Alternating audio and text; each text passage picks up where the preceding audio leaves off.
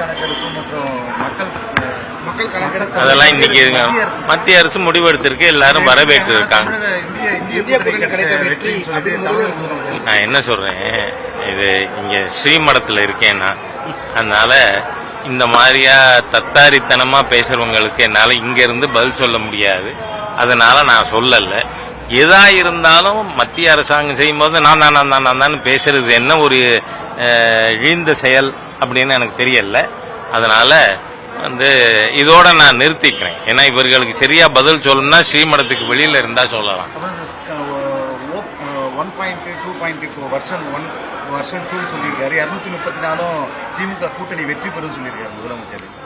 அதாவது பாரதிய ஜனதா கட்சி அகில இந்திய அண்ணா திராவிட முன்னேற்ற கழக கூட்டணி அறிவித்த சில மணி நேரங்களில் கவிஞர் கனிமொழி எவ்வளவு கதறினார் என்பதும் அன்றையிலிருந்து துவங்கி இந்த திராவிட முன்னேற்ற கழகமும் அதனுடைய கூட்டணி கட்சிகளும் கதறி கொண்டிருப்பதை தமிழக மக்கள் பார்த்து கொண்டு இருக்கிறார்கள்.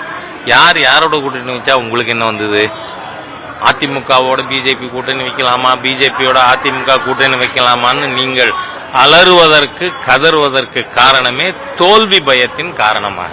அதுக்கு மேல சொல்றதுக்கு இல்லை. அவர்களுடைய நடவடிக்கையே அந்த கூட்டணி மிகப்பெரிய தோல்வியை சந்திக்கும் அப்படிங்கிறத நமக்கு எடுத்துக்காட்டுது. பல்வேறு கருத்து கணிப்புகள் 160 200 சீட்டு வரை தேசிய ஜனநாயக கூட்டணி தான் வெற்றி பெறும் என்று கருத்து கணிப்புகள் ஏற்கனவே வந்து கொண்டிருக்கின்றன. ஏற்கனவே பாமக எல்லாரும் கூட்டணியில் இருக்காங்க.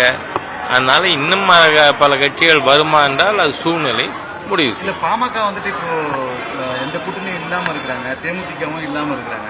அவங்க 2 பேரும் நம்ம கூட்டணிக்கு வரதுக்கு வாய்ப்பு. கூட்டணி பற்றி முடிவு செய்ய வேண்டிய அதிகாரம் மத்திய தலைமையோடது. 16 சீனியர் லீடர்ஸ் இருக்கிற சென்ட்ரல் பார்லிமெண்ட் போர்டு தான் அதை முடிவு செய்யும். அதனால அவர்கள் முடிவு செய்ததை செயல்படுத்துவது எங்கள் கடமை. பிளே ஸ்டோர் மற்றும் ஆப் ஸ்டோரில் இருந்து பாலிமர் செயலியை QR கோடு மூலம் பதிவிறக்கம் செய்யுங்கள். செய்திகளை உடனுக்குடன் பெறுங்கள்.